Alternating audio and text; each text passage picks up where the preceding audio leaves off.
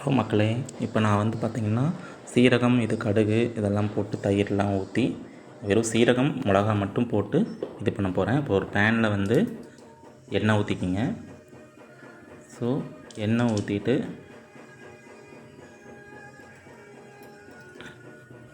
நல்லா சூடு ஏறட்டும். சூடு ஏறினதுக்கப்புறம் கடுகு போட்டு கடுகு வந்து நல்லா பொரிய விட்டுருங்க. ஸோ கருகிடக்கூடாது, நல்லா பொரிய விட்டுருங்க. அதில் சீரகத்தை நல்லா எண்ணெயில் நல்லா வணக்கிக்கிங்க. ஸோ அதுக்கப்புறம் கருவேப்பிலை, மிளகு, வரமிளகாய்.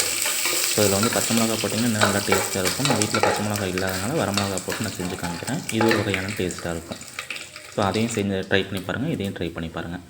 ஸோ அதுக்கப்புறம் நம்ம அரிசியை கொட்டிடுங்க. ஒரு 2 சேர்க்க வேண்டியது, இது மட்டும் போதும்.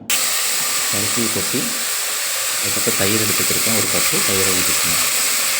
தயிரை ஊற்றிட்டு நல்லா ஒரு கலர் கலருங்க. அப்போ தான் தயிர் வந்து அரிசியில் எல்லாத்துக்குமே வந்து நல்லா சேர்ந்து வரும்.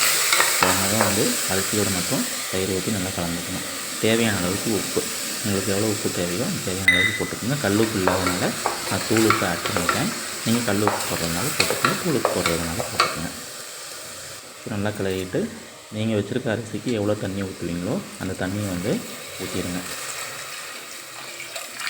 அவ்வளோதாங்க. ஊற்றி விட்டு ஒரு கிளறி மூடி வச்சுருங்க. ஸோ நான் அந்த குக்கர், பெரிய குக்கர் வச்சுருந்தேன். அது வந்து விசில் அந்த வாசர் வந்து போயிடுச்சு. ஸோ அதனால் நான் சின்ன குக்கருக்கு மாற்றிட்டேன். சின்ன குக்கருக்கு மாற்றிட்டு இப்போ பாருங்கள், ஓப்பன் பண்ணி காமிச்சிருக்கேன்.